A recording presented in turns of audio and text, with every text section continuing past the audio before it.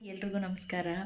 R B tax Kannada ಚಾನಲ್ಗೆ ಸ್ವಾಗತ. So ಇವತ್ತು ನಮ್ಮ ಊರಿಗೆ ಬಂದಿದ್ದೀವಿ. ಹಳ್ಳೀಲಿ ಒಂದು ಟೇಸ್ಟಿಯಾದ ಪನ್ನೀರ್ ಮಸಾಲ ಮಾಡೋಣ ಅಂದ್ಬಿಟ್ಟು. ತುಂಬ ಈಸಿ, ತುಂಬ ಸಿಂಪಲ್ಲು. ಹಳ್ಳೀಲಿ ಹೇಗೆ ಒಂದು ಸಿಟಿದು ಪನ್ನೀರ್ ಮಸಾಲ ರೆಡಿ ಆಗುತ್ತೆ ನೋಡೋಣ ಬನ್ನಿ. ಸಿಂಪಲ್ಲಾಗಿ ಒಂದೇ ಒಂದು ಈರುಳ್ಳಿ, ಒಂದು 2 ಟೊಮ್ಯಾಟೊ, ಒಂದು ಸ್ವಲ್ಪ ಹಸಿ ಶುಂಠಿ ಮತ್ತು ಬೆಳ್ಳುಳ್ಳಿ, ಒಂದು 2 ಮೆಣಸಿನ್ಕಾಯಿ, ಇದಿಷ್ಟನ್ನು ಸ್ವಲ್ಪ ಹುರ್ಕೊಂಡ್ಬಿಡೋಣ ಮಸಾಲೆಗೆ. ಇನ್ನೇನು ಜಾಸ್ತಿ ಆ್ಯಡ್ ಮಾಡಲ್ಲ, ಇಷ್ಟೇ. ಪ್ಯಾನ್ನ ಇಟ್ಕೊಂಡಿದ್ದೀನಿ. ಪ್ಯಾನಿಗೆ ಸ್ವಲ್ಪ ಆಯಿಲ್ ಹಾಕ್ಕೊಂಡ್ಬಿಟ್ಟು ನಾವೇನು ಮಸಾಲೆ ಅದನ್ನು ತೋರಿಸಿದ್ದೀನಿ ಅದನ್ನು ಇದಕ್ಕೆ ಹಾಕ್ಕೊಂಡು ಸ್ವಲ್ಪ ಹುರ್ಕೊಳ್ಳೋಣ. ನೋಡಿ, ಸ್ವಲ್ಪ ಆಯಿಲ್ ಹಾಕ್ಕೊಂಡ್ಬಿಟ್ಟು ಒಂದು ಸ್ವಲ್ಪ ಫ್ರೈ ಮಾಡ್ಕೊಳ್ಳೋಣ.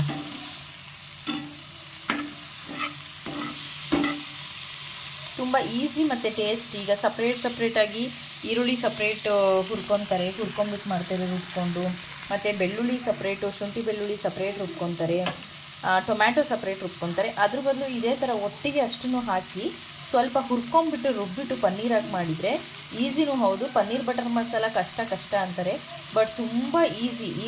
ಈ ಸ್ಟೈಲಲ್ಲಿ ಮಾಡಿದರೆ ಟೇಸ್ಟು ಕೂಡ ತುಂಬ ಚೆನ್ನಾಗಿರುತ್ತೆ. ಬಟರ್ ಇದ್ದರೆ ಬಟರ್ ಯೂಸ್ ಮಾಡ್ಕೊಳ್ಳಿ ಒಗ್ಗರಣೆಗೆ, ಅದು ಇನ್ನೂ ಟೇಸ್ಟ್ನ ಆ್ಯಡ್ ಮಾಡುತ್ತೆ. ಸೊ ಫಸ್ಟು ನಾವು ಮಸಾಲೆಗೆ ಇದನ್ನು ರುಬ್ಕೊಳ್ಳೋಣ, ಆಮೇಲೆ ಪನ್ನೀರನ್ನ ಸ್ವಲ್ಪ ಹುರ್ಕೊಂಡ್ಬಿಟ್ಟು ನೆಕ್ಸ್ಟ್ ಮಸಾಲಾನ ರೆಡಿ ಮಾಡ್ಕೊಳ್ಳೋಣ. Very simple. ನೋಡಿ, ಇಷ್ಟು ಹುರ್ಕೊಂಡ್ರೆ ಸಾಕು. ಸ್ವಲ್ಪ ಟೊಮ್ಯಾಟೊ ಎಲ್ಲ ಮೆತ್ತಗಾಗಿದೆ, ಜಾಸ್ತಿ ಹುರ್ಕೊಳ್ಳೋದು ಬೇಡ, ಇಷ್ಟು ಹುರ್ಕೊಂಡ್ರೆ ಸಾಕು. ಈಗ ಆಫ್ ಮಾಡಿ ಇದು ಆರಿದ ಮೇಲೆ ಸ್ವಲ್ಪ ತಣ್ಣಗಾದ್ಮೇಲೆ ರುಬ್ಕೊಳ್ಳೋಣ. ಈಗ ಪನ್ನೀರನ್ನ ಹುರ್ಕೊಳ್ಳೋಣ ನೆಕ್ಸ್ಟು.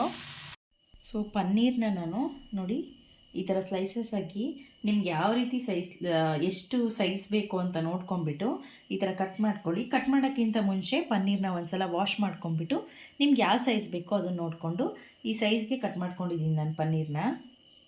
ನೆಕ್ಸ್ಟ್ ಇದನ್ನು ಸ್ವಲ್ಪ ಆಯಿಲ್ ಹಾಕಿಬಿಟ್ಟು ಹುರ್ಕೊಳ್ಳೋಣ. ನೋಡಿ, ನಾನು ಅದೇ ಬಾಣಲಿಗೆ ಸ್ವಲ್ಪ ಆಯಿಲ್ ಹಾಕ್ಕೊಂಡಿದ್ದೀನಿ. ಆಯಿಲ್ ಹಾಕ್ಕೊಂಡು ನಾವು ಕಟ್ ಮಾಡಿ ಇಟ್ಕೊಂಡಿರೋವಂಥ ಪನ್ನೀರನ್ನ ಹಾಕ್ಕೊಳ್ತಾ ಇದ್ದೀನಿ. ಈ ಥರ ಫ್ರೈ ಮಾಡಿ ಹಾಕಿದರೆ ಟೇಸ್ಟ್ ಚೆನ್ನಾಗಿರುತ್ತೆ ಪನ್ನೀರ್ದು.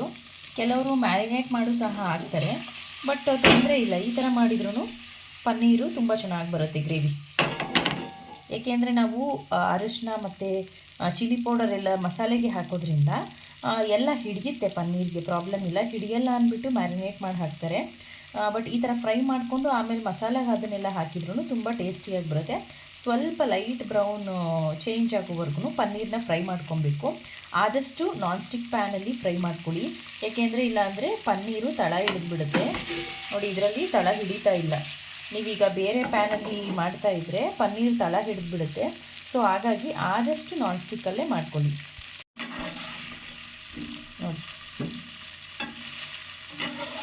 ನೋಡಿ ಯಾವ ರೀತಿ ಫ್ರೈ ಆಗ್ತಿದೆ ಅಂತ. ಎಲ್ಲ ಕಡೆನೂ ಈ ಥರ ಸ್ವಲ್ಪ ಲೈಟ್ ಬ್ರೌನ್ ಆಗೋವರೆಗೂ ಫ್ರೈ ಮಾಡ್ಕೊಳ್ಳಿ. ನೋಡಿ,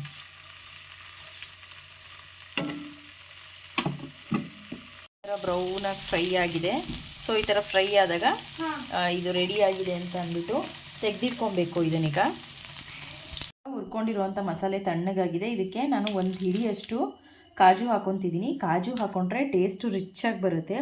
ಹಾಗಾಗಿ ಕಾಜು ನೀವು ಬೇಕಿದ್ರೆ ಹಾಕ್ಕೊಳ್ಳಿ, ಏಕೆಂದರೆ ಇದು ಕಾಜು ಪನ್ನೀರ್ ಮಸಾಲ ಮಾಡ್ತಾ ಇರೋದ್ರಿಂದ ನಾನು ಕಾಜು ಹಾಕ್ಕೊಂಡ್ರೆ ಟೇಸ್ಟ್ ತುಂಬ ಚೆನ್ನಾಗಿ ಬರುತ್ತೆ. ಹಾಗಾಗಿ ಕಾಜು ಹಾಕ್ಕೊಂಡ್ಬಿಟ್ಟು ಇದನ್ನು ರುಬ್ಕೊಳ್ಳೋಣ.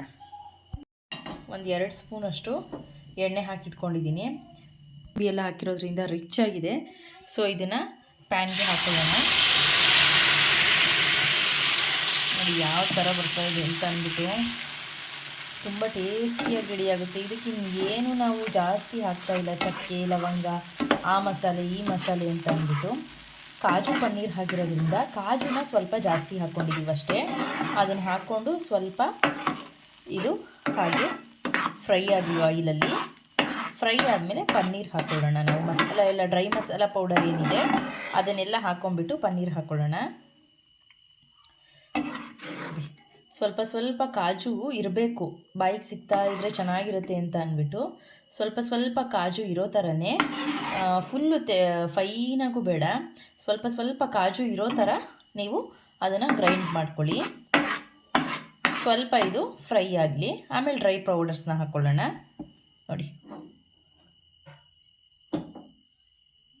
ಸ್ವಲ್ಪ ಲೈಟ್ ಇಶ್ಯೂ ಇರೋದ್ರಿಂದ ಇಲ್ಲಿ ಅಷ್ಟು ಕ್ಲಿಯರಾಗಿ ಕಾಣಿಸ್ತಾ ಇಲ್ಲ ಅನಿಸುತ್ತೆ.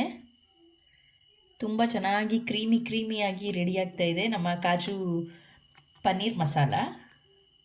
ಟೇಸ್ಟು ಅಷ್ಟೇ ಸಕ್ಕ ಚೆನ್ನಾಗಿರುತ್ತೆ. ಒಂದ್ಸಲ ಟ್ರೈ ಮಾಡಿ, ನೀವು ಒಂದ್ಸಲ ನೀವೇ ಹೇಳ್ತೀರ ಯಾವ ರೀತಿ ಬಂತು ಅಂತ ಅಂದ್ಬಿಟ್ಟು. ಮನೇಲಿರುವಂಥ ಇಂಗ್ರೀಡಿಯೆಂಟ್ಸೇ, ಬೇರೆ ಏನೂ ಬೇಕಿಲ್ಲ. ಪನ್ನೀರ್ ಒಂದು ಈಗಂತೂ ಎಲ್ಲ ಕಡೆನೂ ಸಿಗುತ್ತೆ. ಇಲ್ಲ ಅಂತಂದರೆ ಮನೇಲೂ ಸಹ ಪನ್ನೀರನ್ನ ಮಾಡ್ಕೊಬೋದು. ಒಳ್ಳೆ ಕ್ಯಾಲ್ಶಿಯಮ್ ರಿಚ್ ಇರೋವಂಥ ಫುಡ್ಡು, ಜಂಕ್ ಫುಡ್ ಅಲ್ಲ, ಹೆಲ್ದಿ ಫುಡ್ಡು ಪನ್ನೀರು. ಟ್ರೈ ಮಾಡಿಬಿಟ್ಟು ಹೇಳಿ ನೋಡಿ. ಬೇಕಿದ್ರೆ ಸ್ವಲ್ಪ ನೀರನ್ನ ಆ್ಯಡ್ ಮಾಡ್ಕೊಬೋದು ನೀವು. ಇದಕ್ಕೆ ಸ್ವಲ್ಪ ಜಾರಲ್ಲಿ ಉಳಿದಿರೋ ಅಂಥ ಮಸಾಲೆಗೆಲ್ಲ ಸ್ವಲ್ಪ ನೀರು ಹಾಕ್ಕೊಂಬಿಟ್ಟು ಇದಕ್ಕೆ ನೀರನ್ನ ಆ್ಯಡ್ ಮಾಡ್ಕೊಳ್ಳಿ. ಕುದೀತಾ ಇದೆ ಮಸಾಲೆ. ಸೊ ಈ ಮಸಾಲೆ ಕುದಿಬೇಕಿದ್ರೆ ನಾವೀಗ ಇದಕ್ಕೆ ಡ್ರೈ ಪೌಡರ್ಸ್ನ ಆ್ಯಡ್ ಮಾಡ್ಕೊಳ್ಳೋಣ. ಒಂದು ಅರ್ಧ ಸ್ಪೂನಷ್ಟು ಅರಿಶಿನದ ಪುಡಿ ಹಾಕ್ಕೊತಾ ಇದ್ದೀನಿ. ಅದಾದಮೇಲೆ ಒಂದು ಸ್ವಲ್ಪ ಧನಿಯಾ ಪುಡಿ, ಒಂದು ಸ್ಪೂನಷ್ಟು. ನೆಕ್ಸ್ಟು ಖಾರದ ಪುಡಿ. ಖಾರ ನೀವು ಟೇಸ್ಟ್ ನೋಡ್ಕೊಂಬಿಟ್ಟು ನಿಮಗೆ ಸ್ವಲ್ಪ ಖಾರವಾಗಿರಬೇಕು ಅಂತ ಅನಿಸಿದರೆ ಸ್ವಲ್ಪ ಜಾಸ್ತಿ ಆ್ಯಡ್ ಮಾಡ್ಕೊಬೋದು. ಇದಾದಮೇಲೆ ರುಚಿ ನೋಡ್ಕೊಂಬಿಟ್ಟು ಉಪ್ಪು, ಇದಿಷ್ಟು ಹಾಕ್ಕೊಳ್ಳೋಣ. ಡ್ರೈ ಪೌಡರ್ಸ್ ಇಷ್ಟೇ ನಾನು ಯೂಸ್ ಮಾಡ್ತಾ ಇರೋದು. ಇದಿಷ್ಟು ಹಾಕ್ಕೊಂಡು ಸ್ವಲ್ಪ ಮಿಕ್ಸ್ ಮಾಡ್ಕೊಳ್ಳೋಣ. ನಾವು ಕಾಜು ಹಾಕಿರೋದ್ರಿಂದ ರಿಚ್ ಟೇಸ್ಟ್ ಬರುತ್ತೆ. ನಾವು ಏನು ಹಾಕಲಿಲ್ಲ ಅಂದ್ರೂ ತುಂಬ ಟೇಸ್ಟ್ ಬರುತ್ತೆ ಮಸಾಲ. ಸೊ ಈಗ ಡ್ರೈ ಪೌಡರ್ಸ್ ಹಾಕಿದ್ದೀವಲ್ವ, ಸ್ವಲ್ಪ ಬಾಯ್ಲ್ ಆಗಿ ಸ್ವಲ್ಪ ಥಿಕ್ಕಾಗಿ ಗ್ರೇವಿ. ಪನ್ನೀರ್ ಹಾಕಿಲ್ಲ ನಾವಿನ್ನು. ಸ್ವಲ್ಪ ಗ್ರೇವಿದು ಉಪ್ಪು ಖಾರ ಮಸಾಲೆ ಎಲ್ಲ ಸರಿ ಹೋದ್ಮೇಲೆ ನಾವು ಇದಕ್ಕೆ ಪನ್ನೀರ್ ಹಾಕ್ಕೊಂಬಿಡೋಣ. ನೋಡಿ, ಕುದೀಲಿ ಸ್ವಲ್ಪ. ಕುದ್ದು ಆ ಡ್ರೈ ಪೌಡರ್ಸ್ದು ಏನಿದೆ ಕಾಟು ಅದೆಲ್ಲ ಹೋದ್ಮೇಲೆ ನಾವು ಇದಕ್ಕೆ ಪನ್ನೀರನ್ನ ಆ್ಯಡ್ ಮಾಡ್ಕೊಳ್ಳೋಣ. ನೋಡಿ, ಸ್ವಲ್ಪ ತಿಕ್ಕಾಗಿದೆ ಗ್ರೇವಿ. ಸೊ ಮತ್ತು ಕಾಜುದು ಆಯಿಲ್ ಕೂಡ ಬಿಟ್ಕೊತಾ ಇದೆ. ಸ್ವಲ್ಪ ಬಿಟ್ಕೊಳ್ಳೋಕೆ ಸ್ಟಾರ್ಟ್ ಮಾಡಿದಾಗ ನಾವೀಗ ಫ್ರೈ ಮಾಡ್ಕೊಂಡಿದ್ದೀವಲ್ಲ ಪನ್ನೀರು, ಅದನ್ನು ಹಾಕ್ಕೊಳ್ಳೋಣ.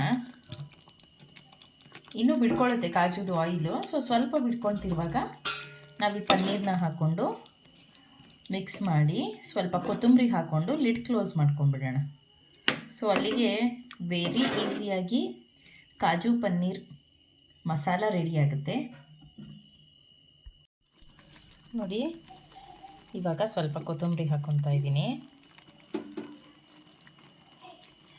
ಸ್ವಲ್ಪ ಲೈಟಿಂಗ್ಸ್ ಇಶ್ಯೂ ಇರೋದ್ರಿಂದ ನಿಮ್ಗಷ್ಟು ಕಲರ್ಫುಲ್ಲಾಗಿ ಕಾಣಿಸ್ತಾ ಇಲ್ಲ ಅನಿಸುತ್ತೆ, ಬಟ್ ತುಂಬ ಕಲರ್ಫುಲ್ಲಾಗಿ ಕಾಣಿಸ್ತಾ ಇದೆ ಒರಿಜಿನಲಿ. ನೋಡಿ, ನೀವು ರೆಸ್ಟೋರೆಂಟ್ ಸ್ಟೈಲಲ್ಲಿ ಯಾವ ರೀತಿ ಕಾಜು ಮಸಾಲ ಕೊಡ್ತಾರೆ, ಕಾಜು ಪನ್ನೀರ್ ಮಸಾಲ, ಅದೇ ಥರ ಇದೆ.